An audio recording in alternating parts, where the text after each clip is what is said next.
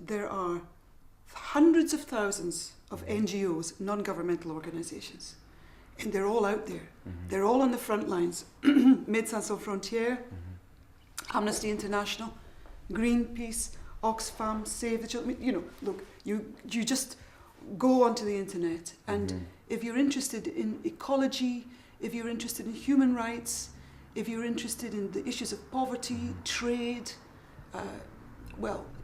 preventable diseases, all these incredible issues that seem so overwhelming, there are hundreds of thousands of organizations that are dealing with those issues. And if you, as a citizen in a Western world, look on their website, check it out, see what they're doing, engage with them, join them, find out what you ask them. What can I do? How can I do something? It makes your life less kind of superficial, you know, because we're going out at night and everybody's getting drunk and you're just kind of like, oh, and we have a good life or whatever. But if you're not engaging with something that makes a difference, I think it's a little thin, you know. I think a lot of people are very unhappy, and you know they are very. We I don't say they. We can get very caught up in this kind of meaningless existence, and yet, what is that thing about meaning? You know, for me, meaning. Well, gosh, I'm wondering if there's ever an arrival point. Sometimes you just have a moment when things like you sort of see it.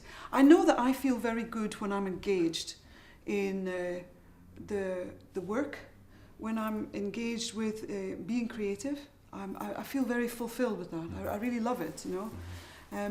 And also when I do engage with activism, I have to say that makes me come alive always.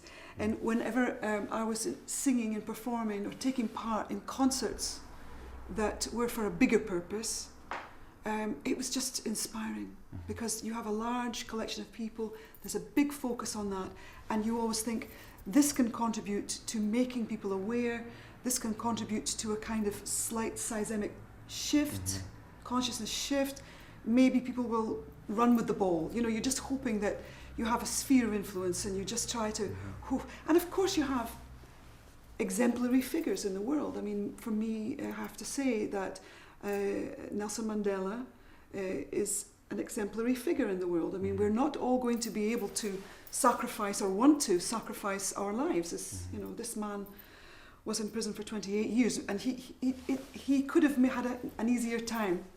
You know, it wasn't because he was a criminal.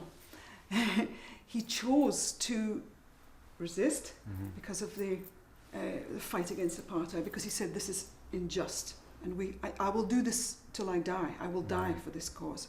And sometimes you must have those unique, shining individuals that are so committed, and they're the leaders. They're the ones who say, this is the truth, and it's a kind of nobility.